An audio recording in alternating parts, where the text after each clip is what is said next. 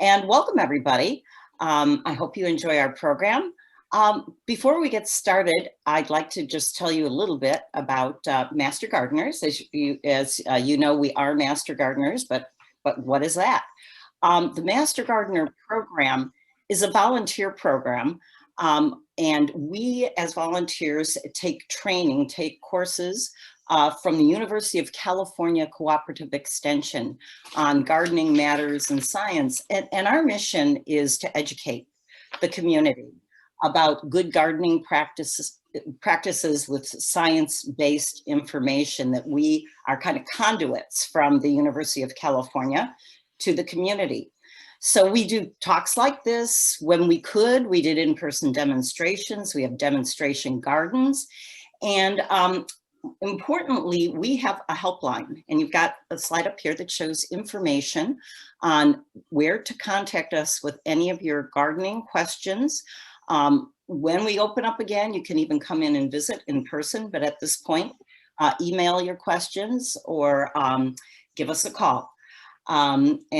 Cindy has been a Master Gardener since 2008. I've been a Master Gardener since 2010. And a little bit of an aside, Cindy and I were working together on planting peppers years ago. And Cindy told me about her flock, and I had been interested in starting having backyard chickens. And that gave me the final impetus to take the leap. I also knew I had a great friend and advisor in Cindy that I could call anytime, and getting started with a lot of good advice. So, well, chickens are not gardening. The University Cooperative Extension in ANR has a lot of information about this, and there are lots of gardeners. It just kind of goes hand in hand who really enjoy having backyard chickens. So with that, we can get started with the substance of our talk. Okay. Oops, why won't it forward? I'm frozen. Oh, great. Do you have that little, is it down at the bottom? There it is. Okay, there we go. All right. So what you're going to learn in this class, the most important thing is we're going to go over a number of questions that you need to ask yourself before you get started. This is the kind of thing that everybody always says, gosh, I wish I knew that before I got started. So we're going to help you with some of those how do I get started questions. We're going to talk about raising chicks, breed choices, what do you feed them, and safety and health coop requirements, egg production. So let's get started here. So before you start, there's a number of things you need to know. First question is, what will the neighbors think? And you do need to think about your neighbors. One of the things that you need to do is to check and find out what your local ordinances are. In all of San Mateo County, there are various chicken keeping ordinances depending upon the city you live in or whether you live in the county as opposed to a city. So the first thing you need to do is to check on what the local ordinance is. It will tell you how many chickens you can keep. Roosters can't be kept anywhere in any city that I'm aware of. But you need to find out how many you can keep, whether there's any setback requirements for the coops, and other things you need to know from a legal standpoint before you build that coop and before you buy those chickens. Good fences obviously make good neighbors, keeps your chickens in, keeps the neighbors and their dogs out, and it's a good way to get started. One of the things that always comes up is, but aren't they noisy? Noise really is a function of the breed of chickens that you get. Some are noisier than others. The size and the number of chickens that you get, and where you keep them on your property. How close are they to the property line? Are they right next door to your neighbor's bedroom window? those kinds of things can obviously influence how much noise they make. As a general rule, chickens don't make a lot of noise. They have an egg song when they lay their eggs. They get all excited. You can tell they've done it. It takes about a minute or so and they get over that, and then they're pretty quiet again. But the noise does carry and people can hear it. So they will know there are chickens there. And people are going to ask about, what about the smell? What about the flies? There are ways that you can compost and keep things clean so that smells and flies are not really a problem. I don't have really an issue at all with smells or flies, but then I stay on top of keeping the coop clean too. So that makes a difference. I think you're going to find too that local ordinances might be more liberal too. If the best practices of chicken keepers don't annoy the neighbors, you can make a much better case to your local community that they ought to allow chickens. So what do you, So Sharon, what about pets versus livestock? Well, this is an important decision to make, I think, before you get your chickens. Is this going to be a pet for you? You know, a pet that you want to have as part of your family, that you name? I mean, some people even let the chickens come into their house. Or is your motivation really on the other end of the spectrum? It can be something in between, treating them more as livestock. In my case, I think they're charming. I think they're amusing. They're fun to have in the yard. But for me, they probably aren't quite a full pet.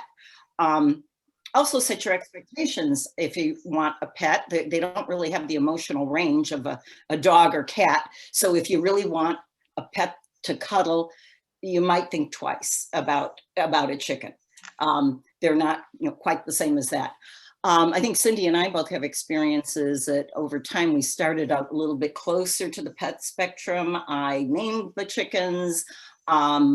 I don't do that anymore. I had a few predator incidents, and I think almost all people who have had chickens for a while will have an unfortunate incident from time to time with a predator. And it was too emotionally trying if you felt really bonded with that chicken. So I love them. They're amusing. I guess love them is too far, but I enjoy them and they're charming. But for me, they're like not a puppy dog. But you know, it's your own individual choice, and that's going to influence further choices. I think that you make. Probably the next slide could probably. Well, there you go. It'll certainly influence this choice. Separately here, this is, you know, what do you want from your chicken? Beyond whether it's a pet or livestock. Are you looking for a breed that is a really good egg layer?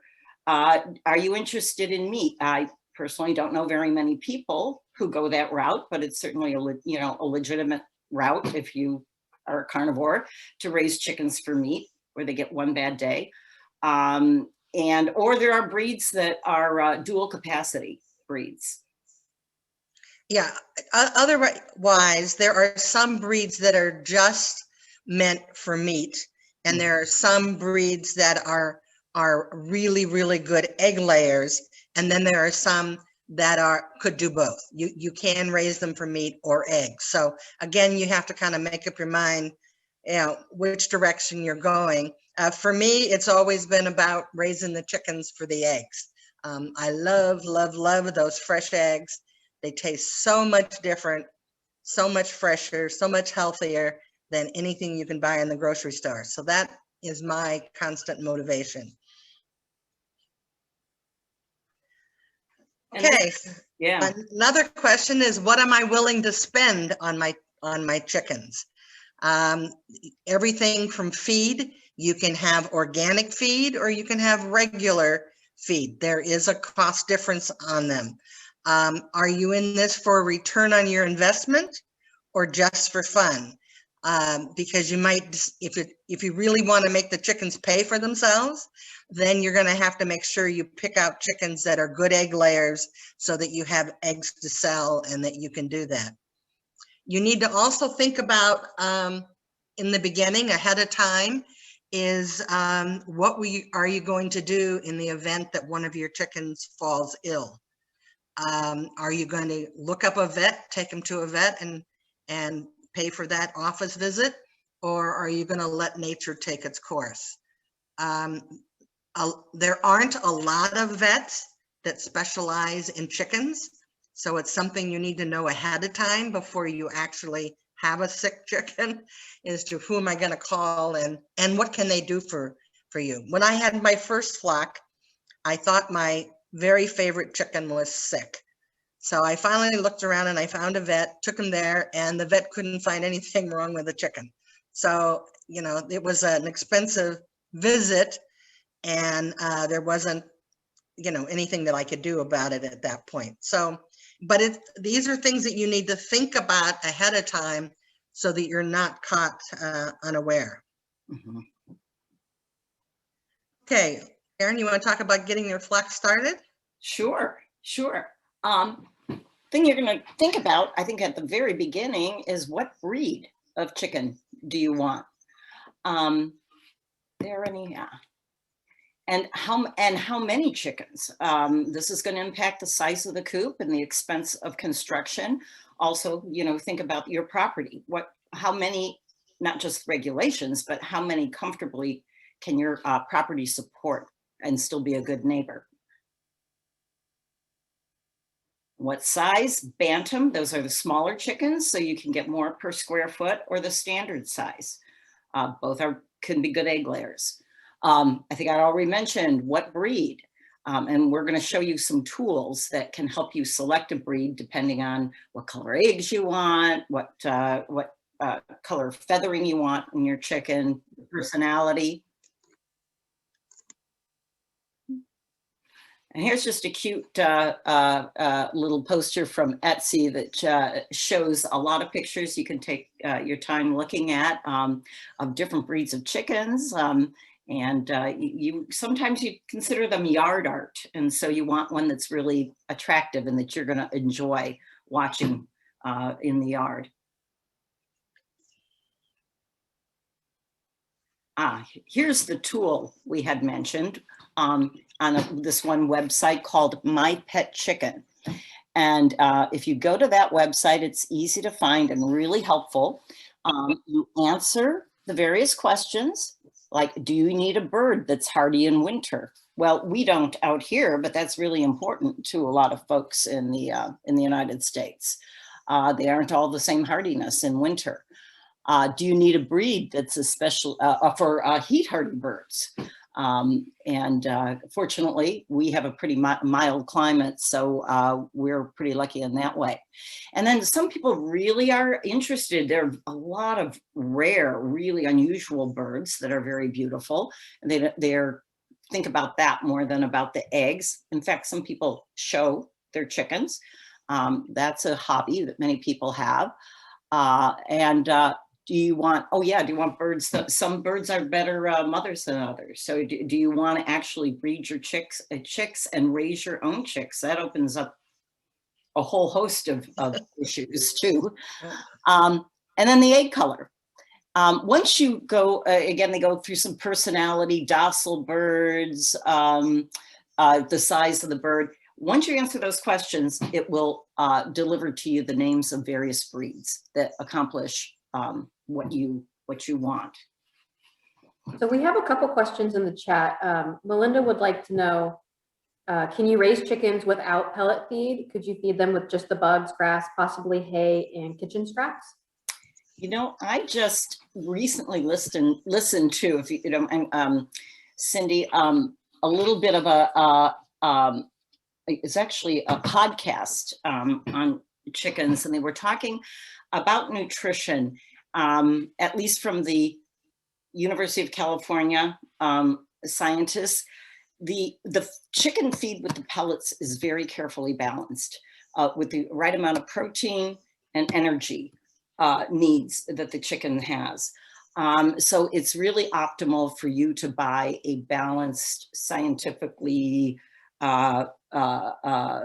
designed feed to keep your chickens maximally healthy.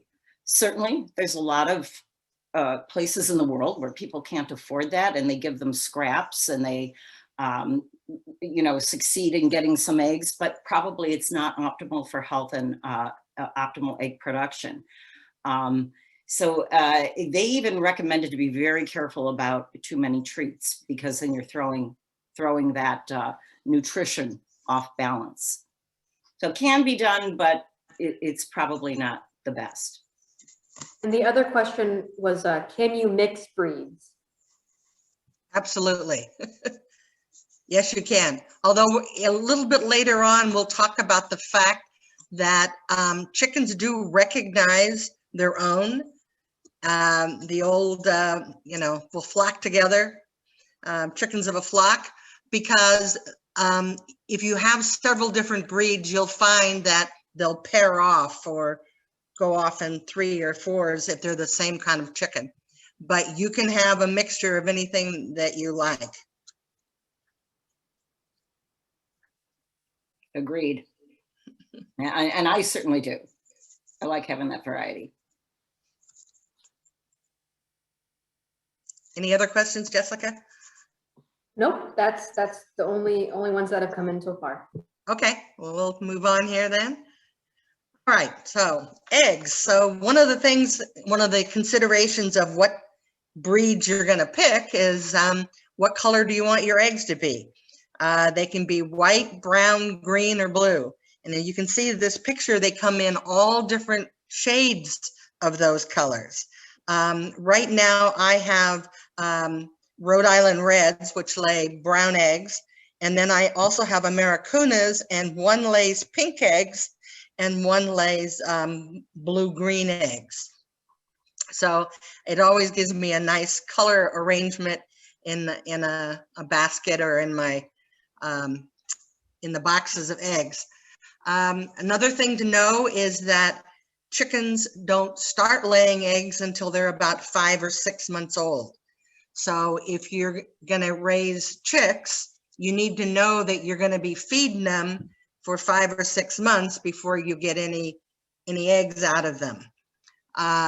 One way to do this, or to encourage it, I usually keep when I start with a new flock and I have chicks, I usually keep the nesting boxes closed off or covered until they get almost to that age, because I don't want them to get used to sitting in the boxes to sleep in or other things.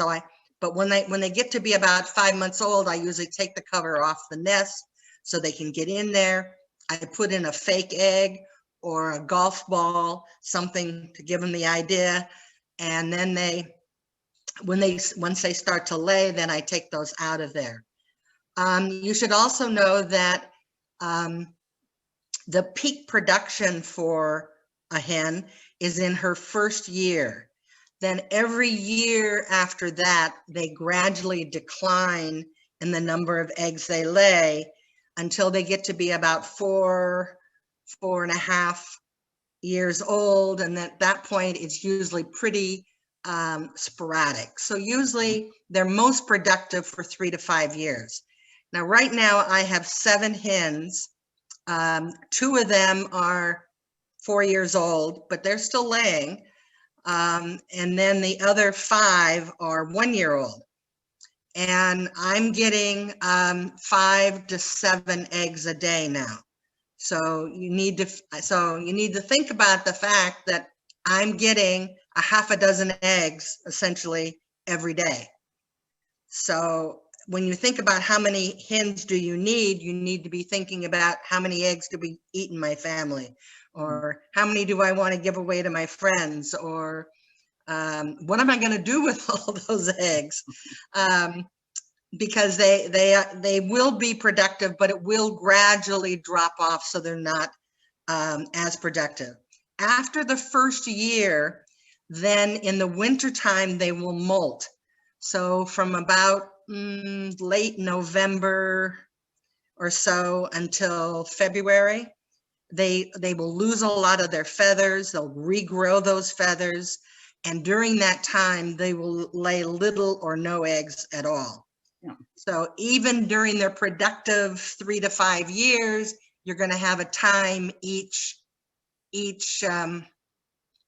year when you're not going to be getting very many or any eggs at all. So particularly the older they get, the less they lay during that molt period.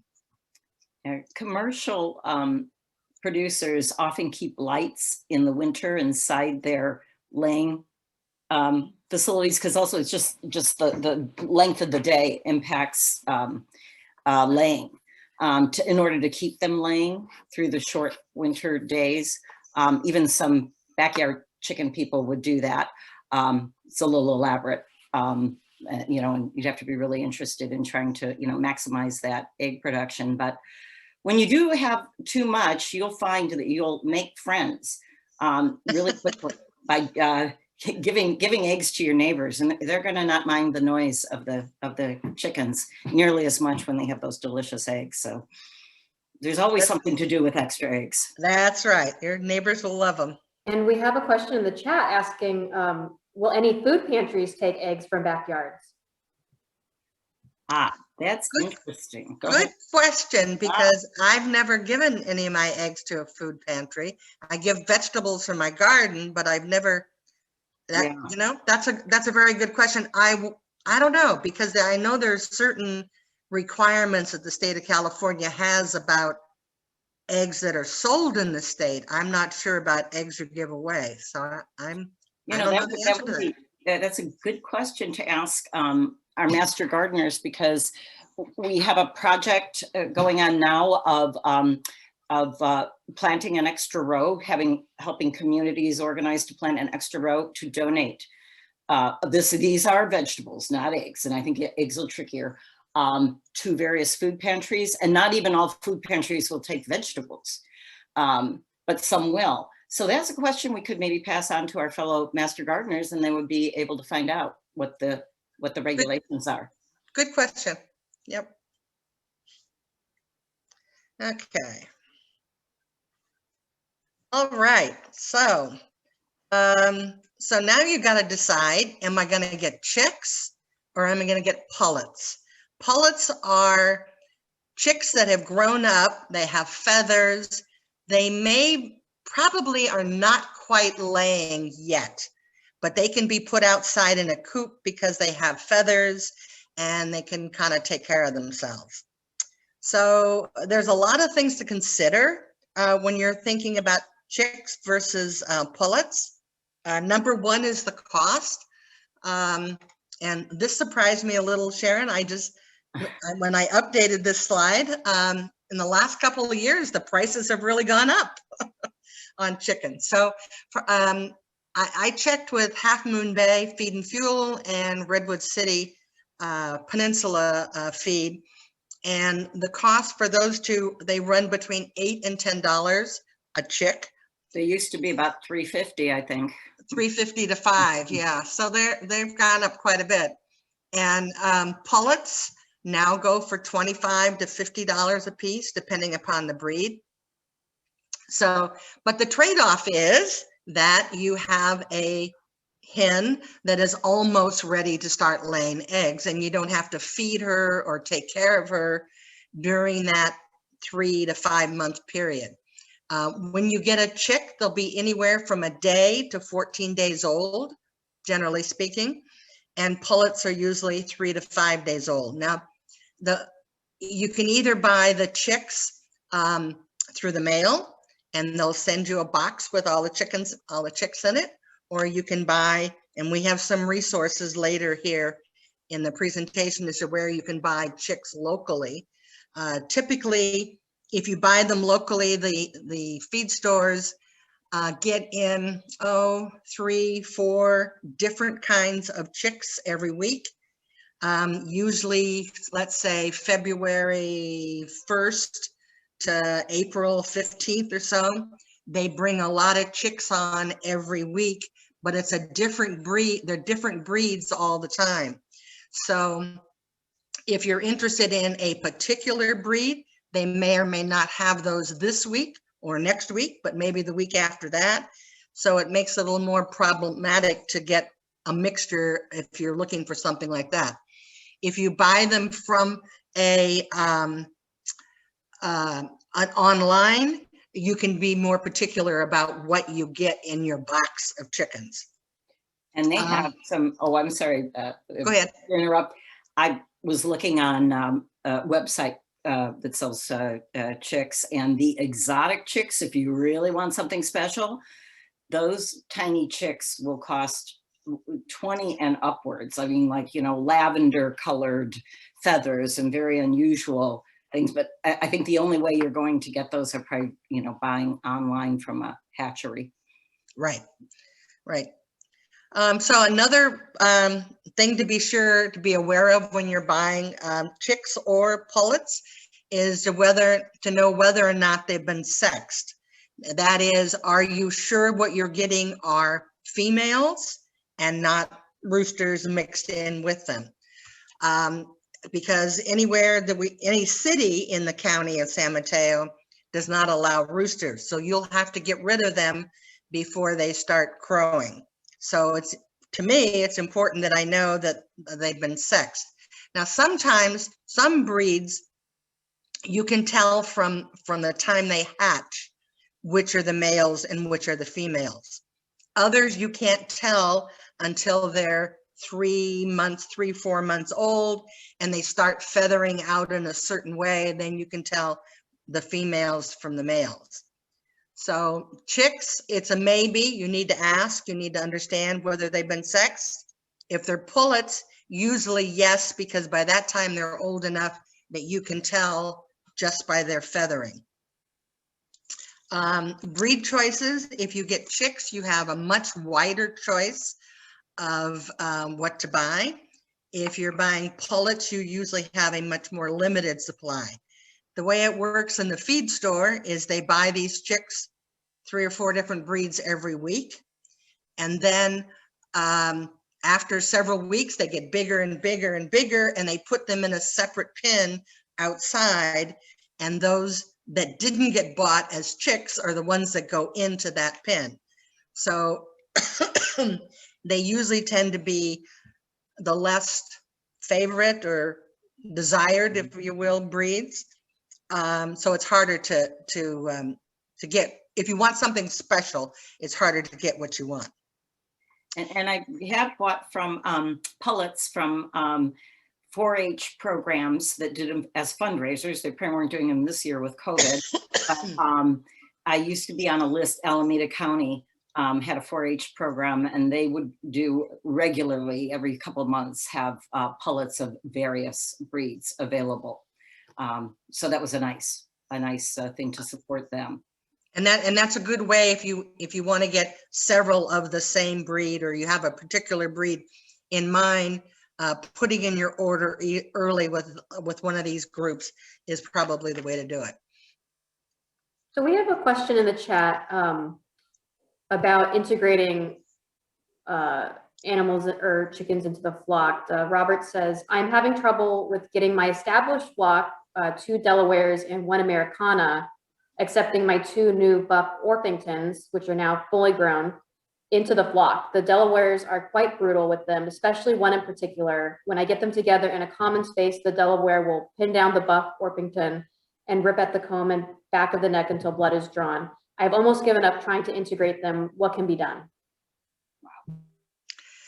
Well, to begin with, you've got a breed situation here. Delawares tend to be much more aggressive chickens. Orpingtons tend to be much more passive, quiet. A lot of people really like Orpingtons because if they want their kids to be able to go into the coop, etc., the Orpingtons are usually shyer, not flighty, but they're not very aggressive. And so you've got your work cut out for you to begin with here, just by virtue of the breeds. You may want to take out the meanie, whoever is the lady that's being the biggest problem, and put her in a dog crate or something for a couple of days, because then you disrupt the pecking order. And when you bring her back in, she'll no longer be at the top of the pecking order, or it will at least upset it for a few days and may give your Orpingtons a chance to get a place in the flock. What do you think, Sharon? I think that sounds like a great idea. It is, different breeds do have different personalities, and again, this probably goes back to a little bit of planning when you're acquiring your flock. I know, Cindy, you and I have talked about being successful after a few days and after trying to acclimate them to, when you first put them together, allow them to be together at night. You do it at night, put them up on the perch. Hopefully the dominant flock that's been there for a while has started to go to sleep, and it seems to help them a little bit when they wake up in the morning with these new partners. They have a sense of accepting them into the flock. I mean, it's not foolproof kind of thing, but that can help later in the process. Yeah, well, I just integrated my 5 Rhode Island Reds with my 2 Americunas. I put the Rhode Island Reds in the middle of the run in a large cage so they could see each other through the cage. I was surprised at how my Americunas took out and tried to peck at the chickens inside the cage, because I thought they were kind of, with the other chickens that I'd had before, they were the most docile of the entire flock. So I was really quite taken aback when I saw, they were going to defend their coop. So we let them do that for a couple of days, and then I would close some of them into the coop and some in the run, and so they could get out and run around. But when I finally decided to integrate them, I did it the way Sharon suggested, was after it got dark and my Americunas had gone up to go to sleep, we then prod in the others one at a time and set them up there. And it's like they wake up in the morning and go, "Oh, who are you?" And it's always this way. it seemed to be kind of like foolproof, or at least it worked very well for us. And within a couple days, they were actually roosting next to each other, which was kind of interesting. So there's some thoughts of some things you might do to get them integrated. So back to chicks versus pullets. Another important consideration if you're going to raise chicks is that there's a lot of equipment that you have to have. Chicks need to be kept in a very warm environment, typically under a heat lamp, so that they can, because they don't have feathers yet, they just have fluff, and they need special equipment. You'll need to have a special feeder and a special waterer. Chicks can drown themselves if you have open water. So you need, they'll be standing up one minute and then all of a sudden they'll fall over and go sound asleep. And they'll fall over right into the water bowl if you have a water bowl there. So you can't have a water bowl with chicks. You put what else? marbles in, when I did it one time, you have a little dish and you put marbles or rocks in there. So yes, exactly. So that if they fall in, they're resting on the marbles and not in their head in the water. So you need a heat lamp. You need a small contained area where they can't get out of it when they start to get to be a month or so old. They're gonna, if it's a box, they're gonna want to fly out of it. Chickens give off a little bit of a must, or not a must, it's almost like powder. And so wherever you're going to put them, it's going to get this powdery stuff all over everything. So you need to be aware of that. It's looks like dust on everything. What else do chicks need, Sharon? Well, special food, of course. Right. The chick food, and it is a little bit more expensive. Just to note that, than layer pellets. When your pullets, you'll probably give them the chick food too, but you have that long time of feeding them without getting a lot of return. Also, they seem to poop all the time. Cleaning that box or container that you have them in is something that I was really felt I had to be attentive to daily, almost daily, and because you don't want infection to spread, and you want to keep the condition pretty sanitary, and they can't move out of the box, so there was always pooping in their water too, and so it's a high maintenance exercise. Yep. Out of my 4 flocks, I've started 2 from chicks and 2 from pullets. So I've done it both ways. And I usually get them in early February as soon as I can, because I want eggs as soon as possible. I find that I have to keep them indoors for the first month or 2, even with a heat lamp, although then I got a good coop, but it's bigger and it's more open, and it's harder to keep it warm in there. So it's a battle, starting with chicks. On the other hand, my children and grandchildren love the chicks. So there's that too. Yeah.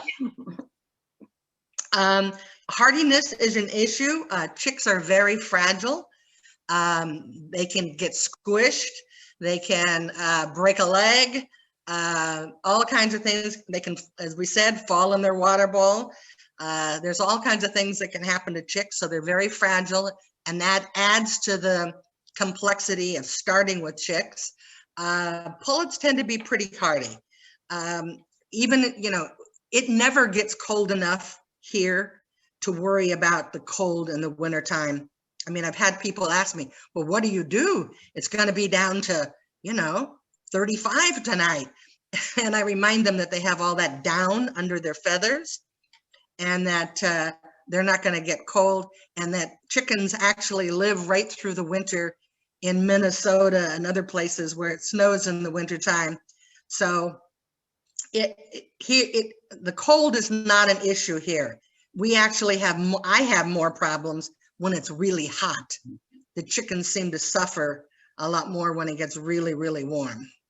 But they're very hardy, and they can take care of themselves once they get to be pullets. So in terms of the workload, chicks are a much higher workload, pullets are a much lower workload. We have a question asking, how can you determine that the feed store or hatchery are using humane practices in supplying chicks? What questions do you suggest be asked?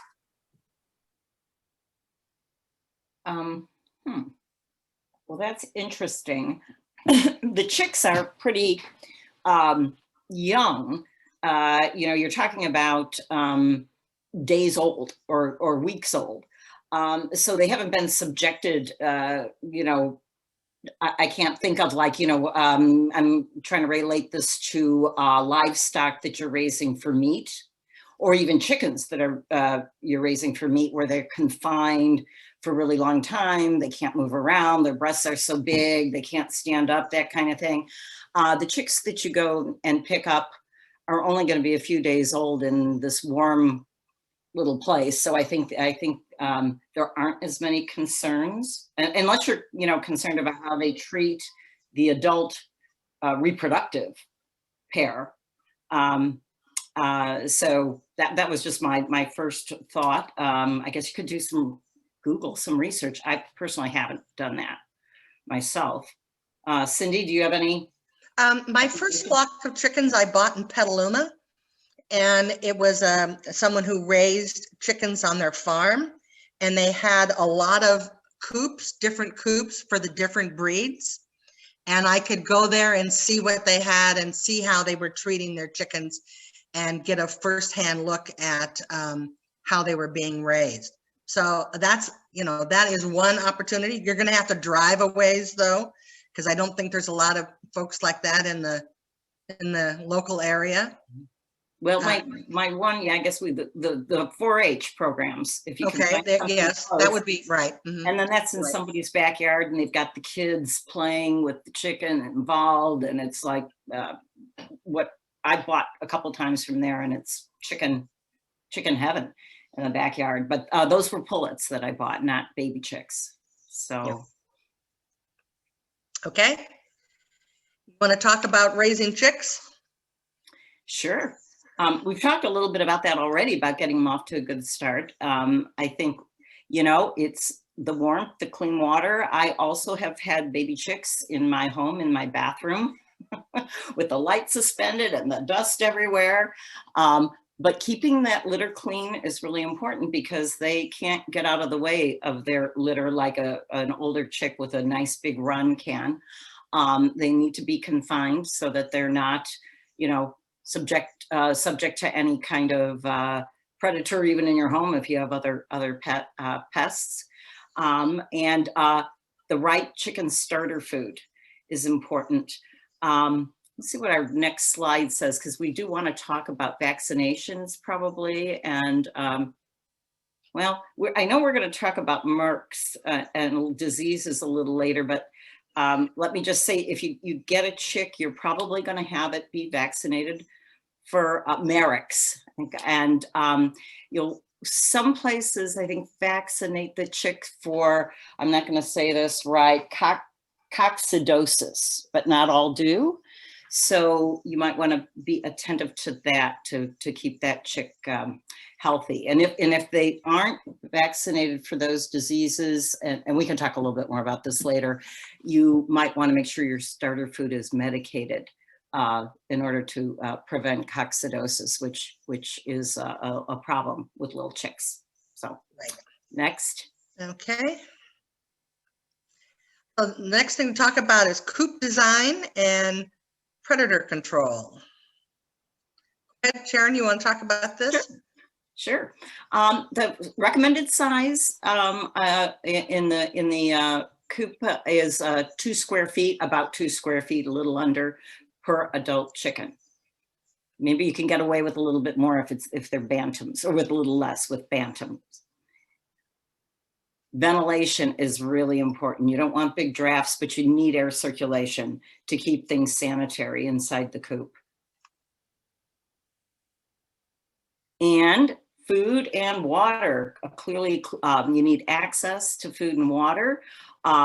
2 raised stations can be really helpful, even with a small flock, because you usually have a dominant bird or birds, and that lets the less dominant bird have access to feed and water, where sometimes the dominant bird, you know, keeps them away from that. So that's real helpful.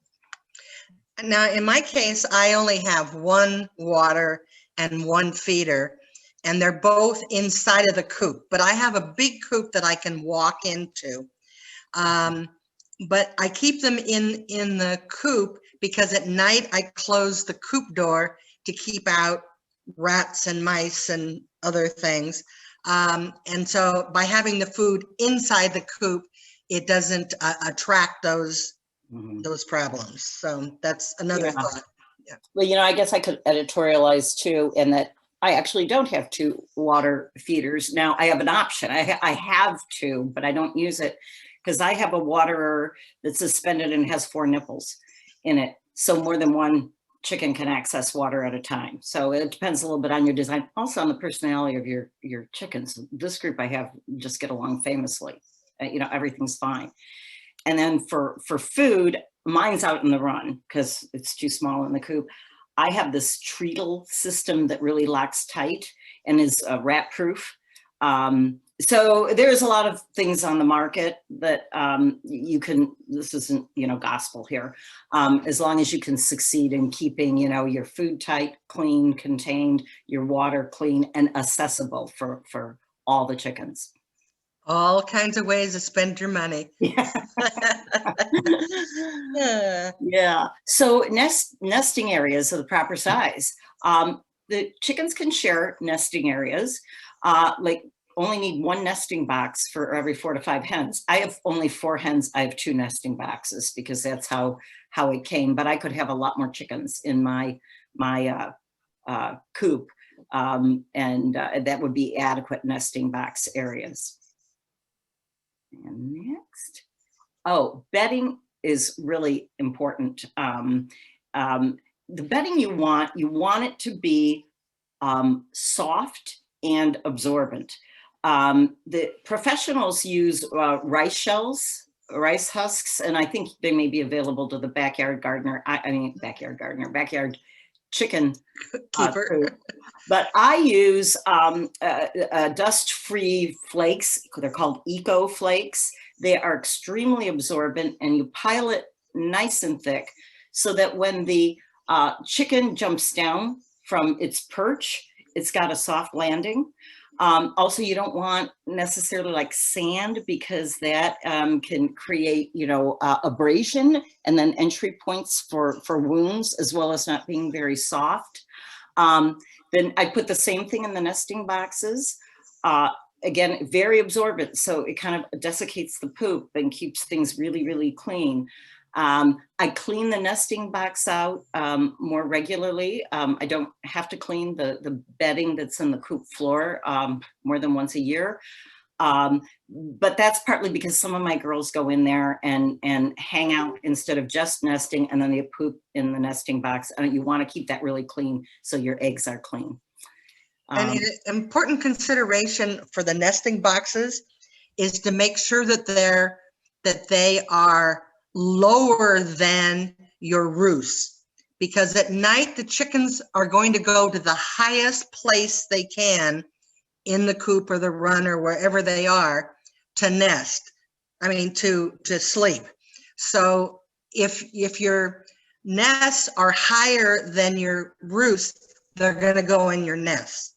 Yeah. And you don't want them in the nest at night, because then they'll poop in the nest and they'll make a big mess and your eggs will all be dirty and you won't be happy. And, So- mine got into, it's lower, it's designed right, but it was one flock I integrated with another. And while they behaved fairly well, they didn't draw blood. It was the one lower on the pecking order who I think got a little bossed around, and then would go hide in the nesting box and then developed bad habits. So yeah, try to avoid those bad habits. Pardon me, guys. This should not happen. There we go. Okay. Yeah. Purchase. Okay. There you go. 3 feet off the floor, lower than the nesting box, and 6 to 10 inches per chicken in order for them to be comfortable. Okay.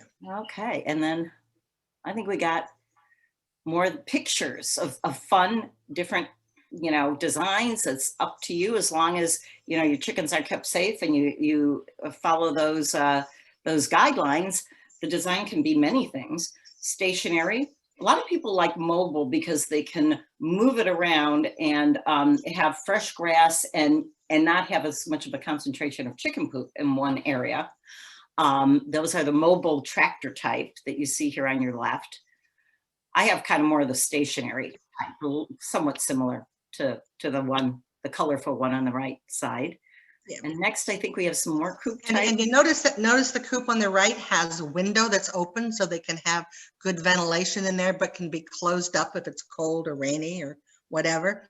And also the run is covered so that they can be in the shade there at least part of the day, so they don't get too hot.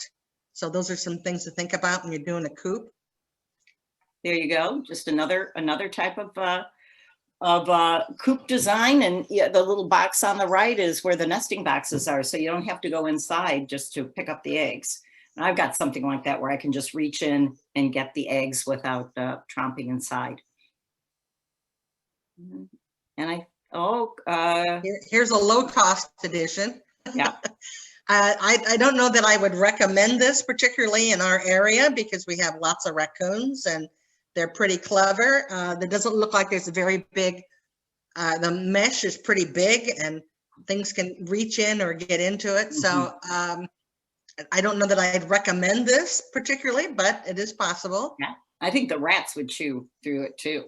Oh yeah. Don't want to get into the food. Yeah. And then you got the midlife crisis. You can make your coop as fancy as you want to make it. Well, you can even have chandeliers inside. This is kind of a Martha Stewart style chicken coop, I think. Okay. There's a question in the chat. Do you have any recommendations for inexpensive coops for people who are not handy enough to build their own? You know, Costco was carrying them. I don't know that they do now, but there were a number of years where Costco carried them. And then you had to put them together, but I think it was really pretty simple. Another thing to think about is go to your neighborhood listserv. I've got friends who have bought them from people who no longer can have their chickens, they're moving or whatever, and you will get a very significant discount if you get somebody's used coop. There's a group called SV Chickens, Silicon Valley Chickens, and people on there all the time say, we're moving and I have a small coop or I have a big coop, and I, you know, giving it away or low cost. So yes, next door would be a place I'd look for coops as well, because there often comes opportunities along there. You may just want to advertise, hey, I'm interested in starting chickens. Does anybody have a coop they don't want? It may be somebody whose chickens died, or the kid who raised them has gone off to college, or, you know, who knows what, and they're more than happy to get rid of their coop. Okay. Predators. Want to talk about that a little bit and I'll chime in? Sure. Well, I think Cindy and I both have experience with predators. And I think they're increasing in our area. I mean, we know that with COVID, coyotes have increased. We've got raccoons, I think most of us do, all over the neighborhood. Hawks are really prevalent. You know, even your neighborhood dogs and cats can be predators. So, you know, good fences make good neighbors, but good fences also are really important protections against predators. We got recommending here, you know, solid walls and flooring. So keep in mind that mice and rats can get in through a hole the size of a quarter. Yeah. So it's got to be solid. You can't have a couple of little holes because that is big enough to get a whole bunch of them in there. Yeah, there you got a hole, they'll be coming in. And we should say it's protection against predators and the varmints that we have on the end there. They're technically not predators, but they can, you know, be more than a nuisance. They can, you know, bring disease to your flock. They can, you know, eat the food, be attracted by the food. So solid walls and flooring to keep all the annoying other animals out. Now, you know, as we said, ventilation is important. So you want windows and vents, but I have a lot of windows and vents, but they're covered by a wire mesh. And we use hardware cloth, and it, by the way, chicken wire is a no-no.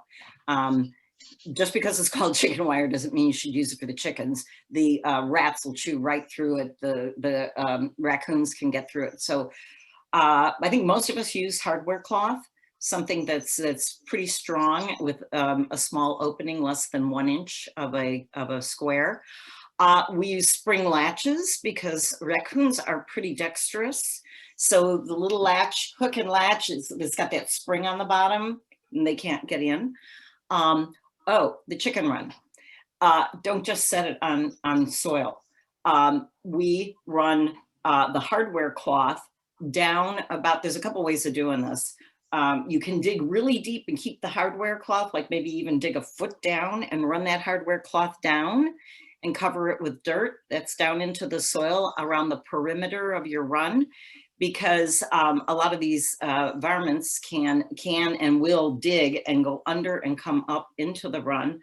Another way to do it is to like go out with a hardware cloth farther out about 6 inches, then down another 6 inches, because they won't go that far. They won't tunnel that far into your run.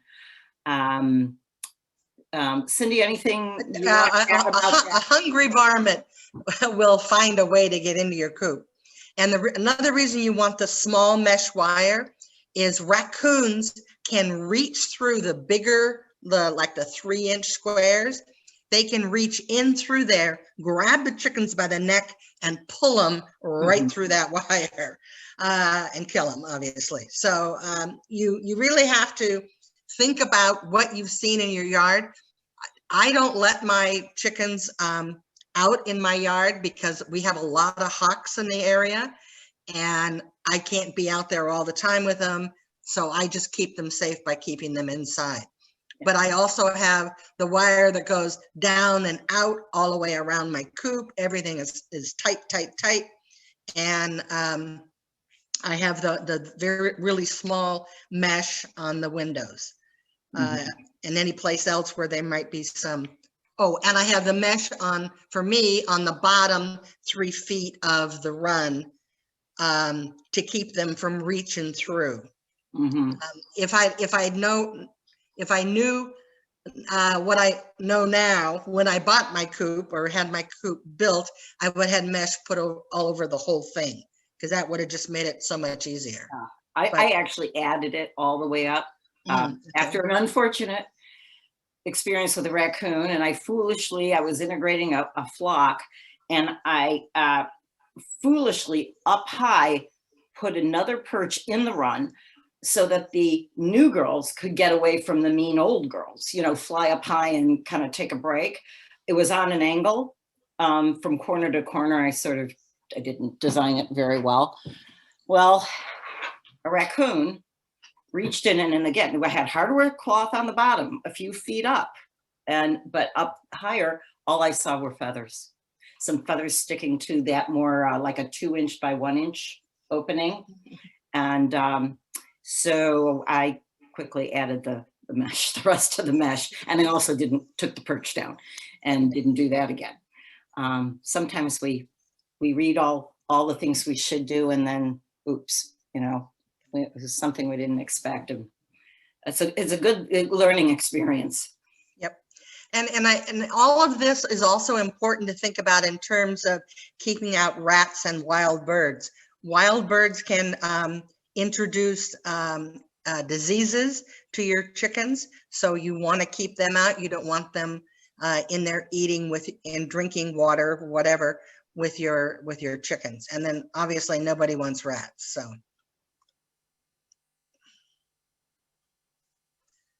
Okay, so what do we feed the chickens? We kind of touched on this a little bit before. We want to make sure that they have a balanced, complete feed. And for the first 8 to 18 weeks, that's what they call growing feed.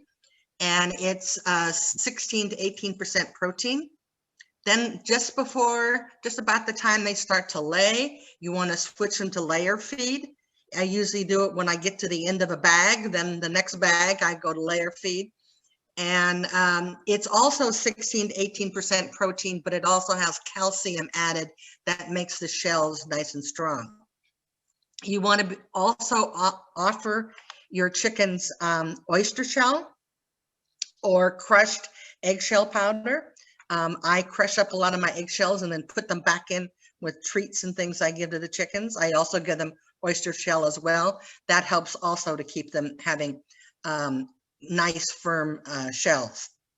I try to keep treats to moderation. I do have a bucket on my counter though that I fill up with scraps, and when I get, you know, half to 3/4 full, I take it out and give it to them.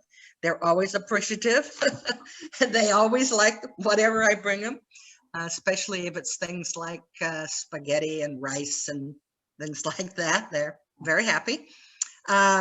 Grit is small gravel, little tiny rocks. Chickens need that to help grind up food in their gizzard. So you need to be sure you provide that for them. I have a little cup in the run that they can take it out of. You need to make sure they always have water, particularly when it gets hot, because then they're going to drink a lot of water. So you need to make sure that that they always have water available. And that it's fresh too. Yes. Watch the the algae growing in. Right, especially when it gets hot.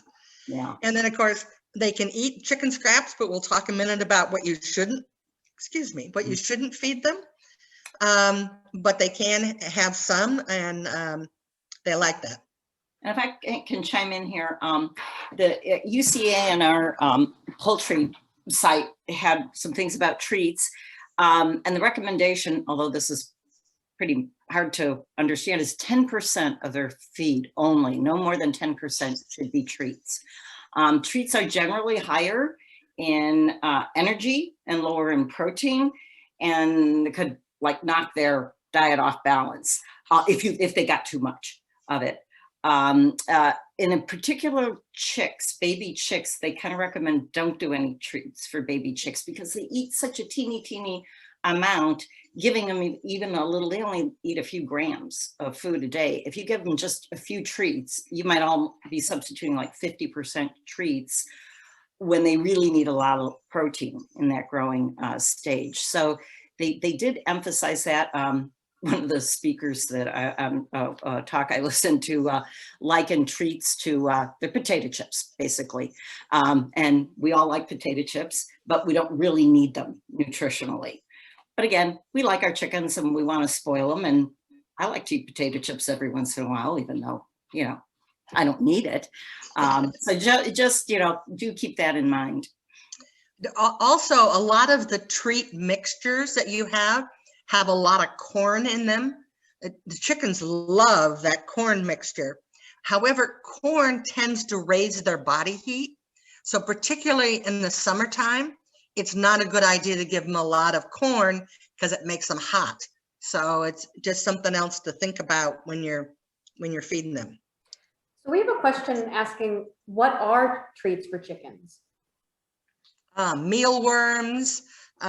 There's grain mixtures that have seeds, sunflower seeds, peanuts, corn, crushed corn, cracked corn. Yeah. Chicken scratch, it's often called. It's called chicken scratch, yeah. Mm-hmm. Yeah. Yeah, I buy it and I have it in a jar out in a little shed near my chicken coop.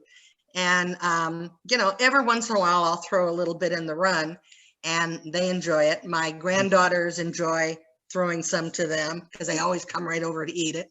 So they think that's great. But I try not to give it to them too often. I use my chicken scratch for behavior control because I do kind of have a hybrid. I let them free range somewhat. Mm-hmm. And that just a little handful of that. And if I want to lock them up in the pen, bingo, they just chase after it. They love it. And I can control their behavior with that little treat. Yep, it works good. All right, so what not to feed your chickens? Well, obviously moldy food. Citrus peels are not good for them. Dry or undercooked beans are not good for them because of the gas involved. It's not good for their system. Potato peels or green potatoes. Potatoes, when they're left in the sun or get too much light, they become green, and that's solanine. And the solanine is not good for chickens. It's so that's why you should avoid the peels and or green potatoes. Chickens don't need sweets. They don't need candy or anything like that. You should not give them uncooked rice. They do like leftover cooked rice, but not uncooked. And one that may not be obvious is grass clippings. And chickens will eat grass. And if you let them out on your lawn, they'll eat a lot of it, but they take little tiny bites when they're biting the grass in your lawn. If you give them grass clippings, you're giving them much longer pieces of grass than they would normally bite off one at a time in your lawn. That gets in their stomach and it does not digest very well. And they can get a sour stomach, or, you know, you can have lots of problems when they get too much grass. So it's something that I would stay away from completely, and you won't have to go to the vet and all of that. Yeah, and I'll bounce on here. I had that experience. I do a lot of composting, and we have grass clippings mixed with our oak leaves, and it's in the side yard where I let the chickens out, and I had no idea. They were going over to the compost heap, and they love it. They were going crazy for these grass clippings. This is in my first flock. And I got a chicken with sauerkraut. It could not digest. And ultimately, I went through a lot trying to alleviate this, but the chicken, it did not make it.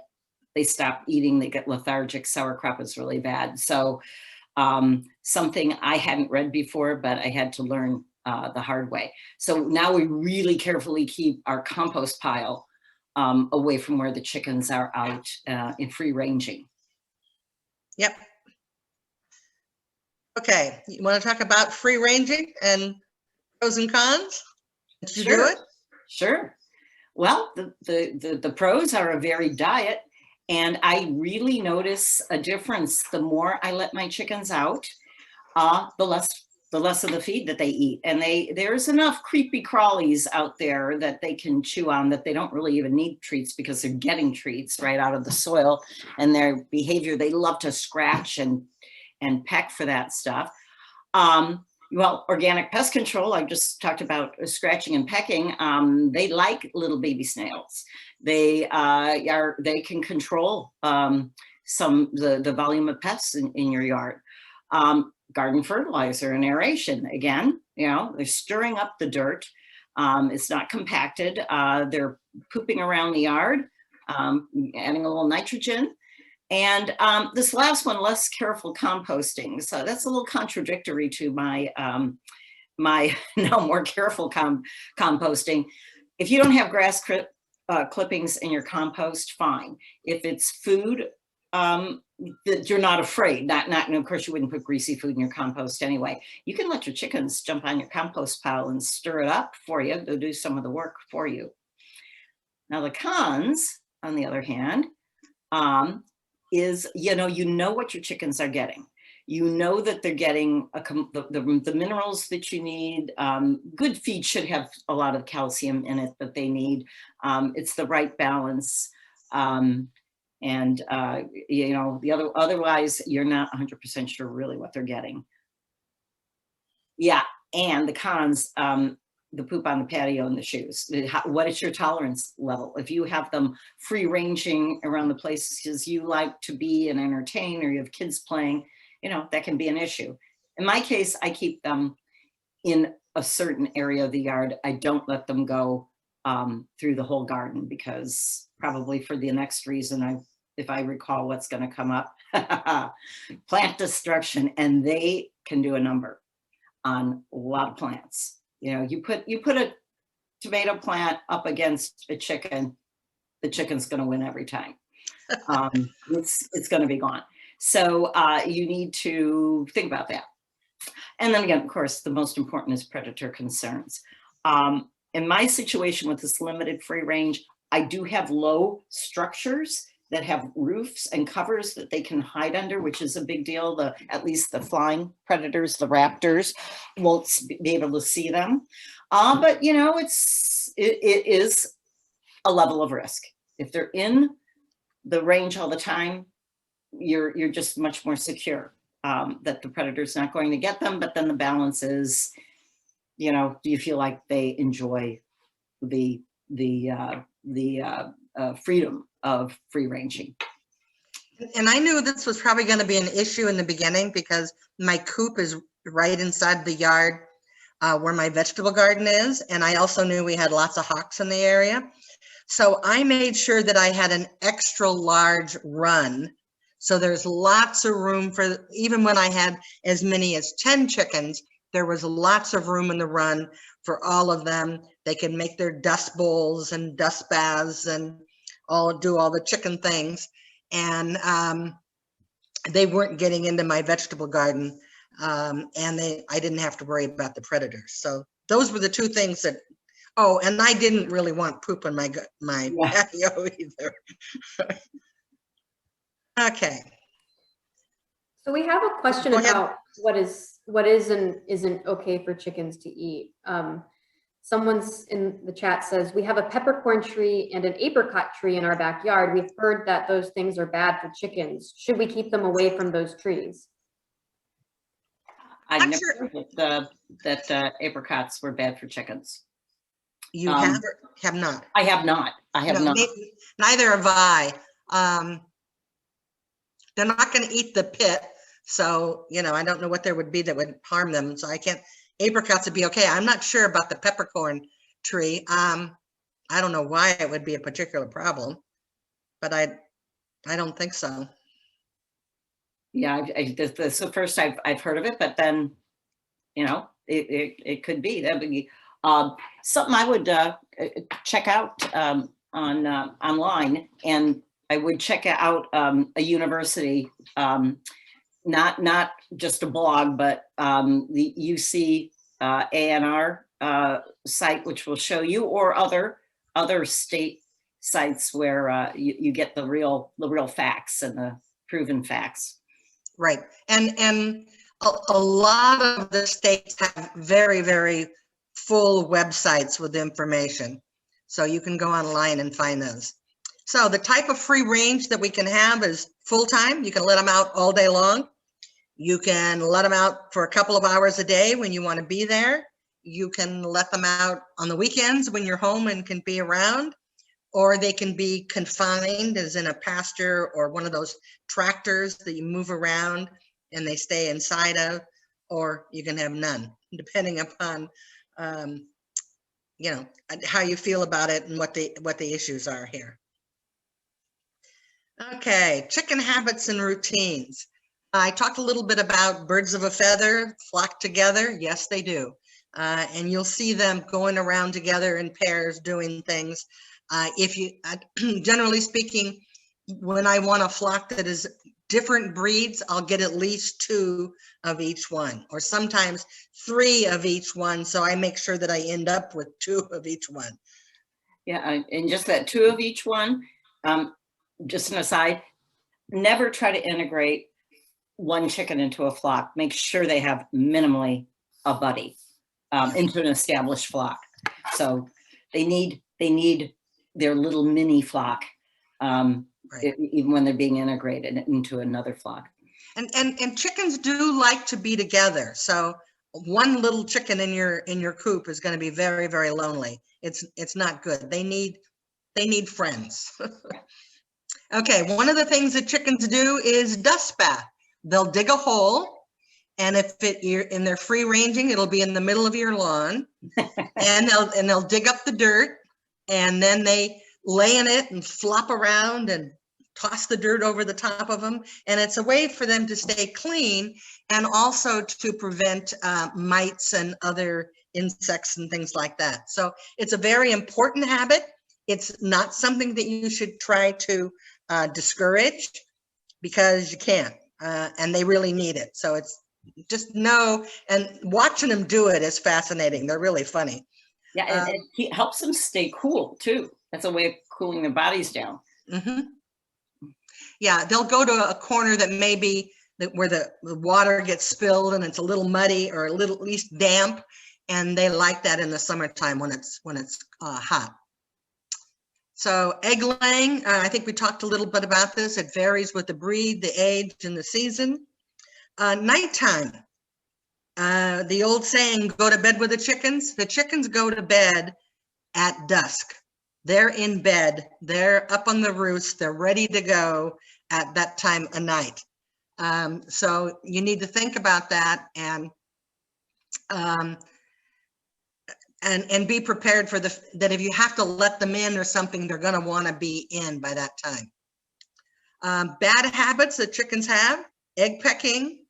Trying to break an egg pecker is very difficult. So the more important thing is to keep the eggs picked up all the time or regularly, so that they don't get left in there for them to come and peck on. Broody hens. This is a hen who thinks she wants to have chicks, even if the eggs are not fertilized. She'll sit on them anyway, and you just have to learn to throw them off, squirt them with water, any other way to discourage them to stay out of there. Hen pecking, we talked a little bit about separating them or taking the bad actor and taking them away for a day or two before you put them back in. That sometimes helps. Roosting and nesting outside of the coop. This is a problem if you let them free rein, is they may decide they don't want to lay eggs in your nest box. They want to lay them in some secret place in the garden. So then you'll have to go looking for them. Same thing at night. If you don't let them back in on time, they may decide they want to go up in a tree, and then you got to figure out how to get them down. So those are some bad habits that chickens could have. Right, biosecurity, Sharon. Okay. It's quarter after, just as a note. Oh, okay. Yeah. Well, this is really important. Biosecurity, just, safe practices to keep things sanitary. So any practice that reduces the risk of introducing disease into your flock, and some things we've mentioned, some good habits of husbandry are those things, like fencing, really good fencing so that you keep out other animals. Animals, domestic and wild, like the wild birds, are all sources of disease, the rats, etc. People are a source of conduit of various disease. The shoes of maybe your neighbor or friend, especially if somebody else has a flock, and if they walk into your run, they might be carrying disease from their flock into your flock, and that's a bad way of transferring things. Feed and water can become infected. Water, if it's open, can have wild, the fecal matter of wild birds in it that might have salmonella disease. Similarly, feed can get contaminated and carry disease. Basically, any object that can transmit germs is an issue. Okay. Next. And so this is, how do you prevent this? This should sound familiar to all of us for the last year. Yeah, you know what? Act like it's COVID, huh? Wash your hands, wash your hands. Clean, fresh feed and water. Clean house before a new flock. And integrating a new flock is an opportunity, especially if they're mature, of bringing some disease that it wasn't previously in with your new flock. It's usually recommended to quarantine a new birds for a few days to make sure they're healthy before putting them back into the flock. Keep your house clean and dry. That doesn't mean you have to change the bedding all the time, but dry is critical because bacteria grows when there's moisture. If the bedding is can absorb and becomes dry, then it I think I said this before, it sort of desiccates the poop and it doesn't allow the bacteria to grow. But if it's wet and soggy, that's a problem. Dry, moisture is your enemy. Adequate ventilation to keep, fresh air coming in. I think we've talked about some of the screening out the varmints, limit visitors to the coop. I know, Cindy, you've told me that you don't even let the grandchildren into the coop. Nobody goes into the coop. Nope, nobody goes in my coop.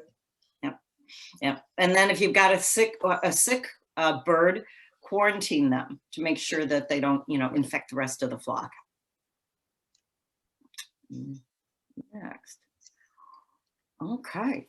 Cindy, do you want to take that one or? Sure. So, and then this is, part of this is making sure they're healthy is you need to check on them regularly. And you need to look to see that their eyes don't have any discharge. They're fully open. They're bright. You look at their comb over the top of their head. Is it firm? Is it bright red? Or is it droopy? Any changes that you notice. Droppings, they should be fairly firm, dark brown with white. The brown is the poop. The white is the pee. If you have any questions, believe it or not, you can go online and see pictures of chicken poop. So you can determine whether or not it looks healthy. Feathers should be shiny and full, no bald patches. Legs and feet, you need to look for scale or mites. So you need to take a good look at the chickens all the time. Every time I go out to give them feed or collect the eggs or give them more water, I always try to look at them all, make sure they're all doing well. So signs of an unhealthy bird would be difficult or noisy breathing, bloody droppings, lethargic, not moving, not wanting to move, ruffled feathers. I've seen all of these, not all of them, but the lethargic, not wanting to move, the ruffled feathers when they don't feel good. You can spot that right away, and then you can kind of do some checking to see if you can figure out what's going on with the chicken. Okay, so healthy hens are hungry hens. So that's a good way to tell. Do they come running when they see you? Do they want to eat? You need to examine them regularly, as I just mentioned. Now, Merrick's disease, you'll see it in their eyes, and then there's a whole progression of the disease after that. And it's something that's fairly contagious, which is a good reason to have chicks vaccinated so that you eliminate some of these possibilities. Some of these chicken diseases will actually live on in a coop. So you need to be really upfront watching for this and preventing it from happening in your coop. Yeah, and let's, if you are buying chicks, make sure that they're vaccinated. They have to, Merrick's vaccination is like almost works 100% of the time, but they have to be vaccinated either in the egg, like at about 17 days, takes about 21 days for the egg, the chicken to mature in the egg, or on the first day they're born. So you can't do it later. And I think most reputable places, and they will tell you, have the chicks vaccinated. Now, if you're going to hatch your own at home, then you have another job, is to figure out how to vaccinate Get them. them vaccinated, right? Other ailments they can get is they can become egg bound, feather picking, mites, lice, various things. I don't see it a lot, but occasionally you do. Want to talk about this? Sure. And I'm going to see if I can screen share. So I'm just going to show you the UC Cooperative Extension Poultry site, a little bigger, because I think this is a really handy tool. Okay. So I'm bringing up the site here. All of us here in California, this is, basically a little more California focused than other places, although they share from other cooperative extensions, but a great resource. Here you've got links for basics on care, eggs. There are videos, there are podcasts that are really interesting, and you'll drill down into maybe more detail in your questions, articles, podcasts about eggs, chemicals, sanitation, et cetera, et cetera. So diseases, just kind of make a note of this. And I think it's will be very helpful. And here you are going to get science, fact-based information. A lot of the things on blogs are not necessarily true, or they're, people's experience, they extrapolate from them, but they're not fact-based. So we recommend this resource for you. Okay, let's see if I can get us. I'll stop my share. See if I can get us back. Backyard chickens. Here we are. Okay. This is the contact list. This is on the same, there's a link to this on the same site. One thing to point out here, you notice it says dead birds and live birds. There's things to find out to help raise live birds, but let's say you have a dead bird and you want to know. Can you make that bigger, full screen? Sorry, it's kind of small. Oh, I'm sorry. Let's see, I need to go to, I don't want from current slide. There we go. Okay, at the top it tells about dead birds, and you actually can send your deceased chicken to UC Davis, and there they will have a student do a necropsy and give you a very, very, very full report about what happened to your chicken. Sometimes you'll just go out and find that they're dead, and the first time it happened to me, I was very concerned that it was something that was going to spread to the rest of my chickens, and I had visions of them all dying. So I wanted to know what was going on. So I took them up to Davis, or mailed it to Davis, and they did a necropsy. I had a couple of them done. Very nice. They're very, very helpful, and all the information is on the website there. And there's no cost to backyard chicken keepers for the necropsy, so it's worthwhile if you want to know. There's also information on there about checklists for healthy birds and biosecurity best practices. And I'm going to go quickly through this because she is going to provide you all with a copy of this presentation so that you can look up all of these, but these are some resources. We talked about the University of California. Another one that is absolutely fantastic is Backyard Chickens. They have all kinds of information. They have pictures and diagrams of thousands of coops, multiple forums, lots of things that you can find out about. Tractor Supply also has how to raise chicken. Lots of the suppliers do. Where to buy them? I mentioned Half Moon Bay Feed and Fuel, Peninsula Feed Source, Sam's Feed in San Jose. Here's some online hatcheries that you can also contact that are fairly well recommended. Local contacts, there's a Silicon Valley group at groups.io. It's like next door for chicken keepers. Buy, sell, exchange, rehome, advice, all kinds of information that's good. And people are real helpful there. You come in with a question and you get lots of responses. So it's good. It's like next door. And California Agriculture at UC Davis has information. They also have a mailing list. I subscribe to it. I think it comes out monthly, but maybe it's quarterly. And it actually lists current diseases of all kinds of livestock, but I always go to the poultry section to see if there's anything new that's a problem that chicken keepers should know about. And we'd like to thank the San Mateo County Library System for inviting us here today. And we will be here to answer some more questions, but I want to remind you again that Master Gardeners can be reached if you have any questions about gardening or backyard chickens. We're available. So if there's any more questions, I'd be happy to take them now. All right, so I'm going to go ahead and make it so you can turn on your mic and ask questions if you'd like. And I'm also going to post in the chat a link to a survey that I'd appreciate it if it only takes a minute, if you could fill that out, let us know how we did and what future programs you'd like to see. I'm going to put that in the chat. And we also, we have a virtual program this Saturday on how to make your own jams and jellies. So if you enjoyed this program, then check that out as well. So both of those links are in the chat, and I'm going to make it so you can unmute yourselves if you have any questions. I saw there was a question there about how long do chickens live. Actually, chickens can live as long as 10 years.